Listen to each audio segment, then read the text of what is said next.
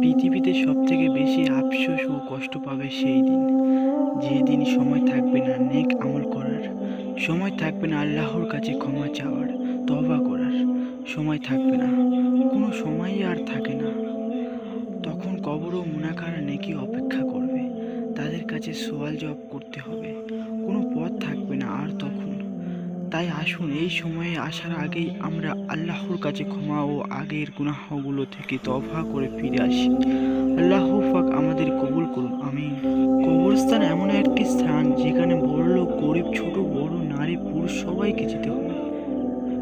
পৃথিবীতে মানুষকে কষ্টই বেশি করতে হয়, 80% কষ্ট আর 20% সুখ, এই নিয়ে জীবন পার হয়। ভালো পথ সব থেকে কম হয় আর খারাপের পথ বেশি।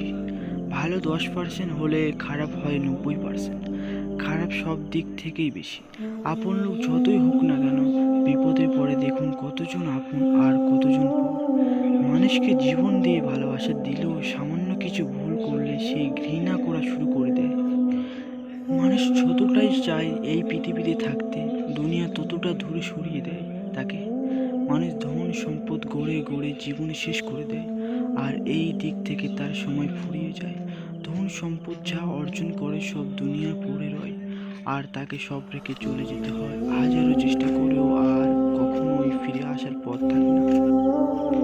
জন্ম হওয়ার পর থেকে এখন পর্যন্ত শুধু গুনাহ আর গুনাহ হচ্ছে আমাদের। নেক কাজ যতটুকু করি তার থেকেও হাজার গুণ বেশি গুনাহ করি। আল্লাহ পাক এর কতটুকু ধৈর্য। আজকে আপনার আমার কেউ যদি কোনো কথা না শুনে তাকে কত বদদোয়া করি, কত কিছু করতে চাই, আর আমরা আমাদের মালিক সৃষ্টিকর্তার কত হুকুমগুলো মানি না। আমাদের সাথে কি করা দরকার? আল্লাহ পাক আমাদের সকলকে ওনার হুকুমগুলো মানার তৌফিক দান করুন, আমিন। একবার মৃত্যুর ডাক চলে আসলে পৃথিবীর সমস্ত কিছু দিয়েও টেকাতে পারবে না। আর একবার মৃত্যু হয়ে গেলে আপনার ধন সম্পদ নিয়ে কোনো কাজে আসবে না।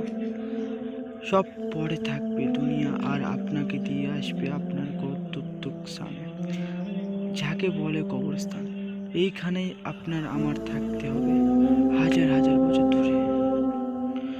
দুনিয়ার ধন সম্পদ দিয়ে কি হবে যদি মৃত্যুর পরে সেই ধন সম্পদ কোনো কাজে না আসে? তাই দুনিয়াতে থাকলে শুধু ধন সম্পদের পিছনে ঘুরলে হবে না, আপনার নেক আমলটাকে ঠিক করুন, 5 ওয়াক্ত নামাজ পড়ুন, আল্লাহর পথে তুমি চলো, আমল করো। ধন সম্পদ তো আপনার মৃত্যুর পরে যাবে না, কিন্তু আপনার আমল কিন্তু পড়ে রবে না, আপনার আমল আপনার সাথে যাবে। তাই 5 ওয়াক্ত নামাজ পড়ার তৌফিক দান করুন সবাইকে, আমিন।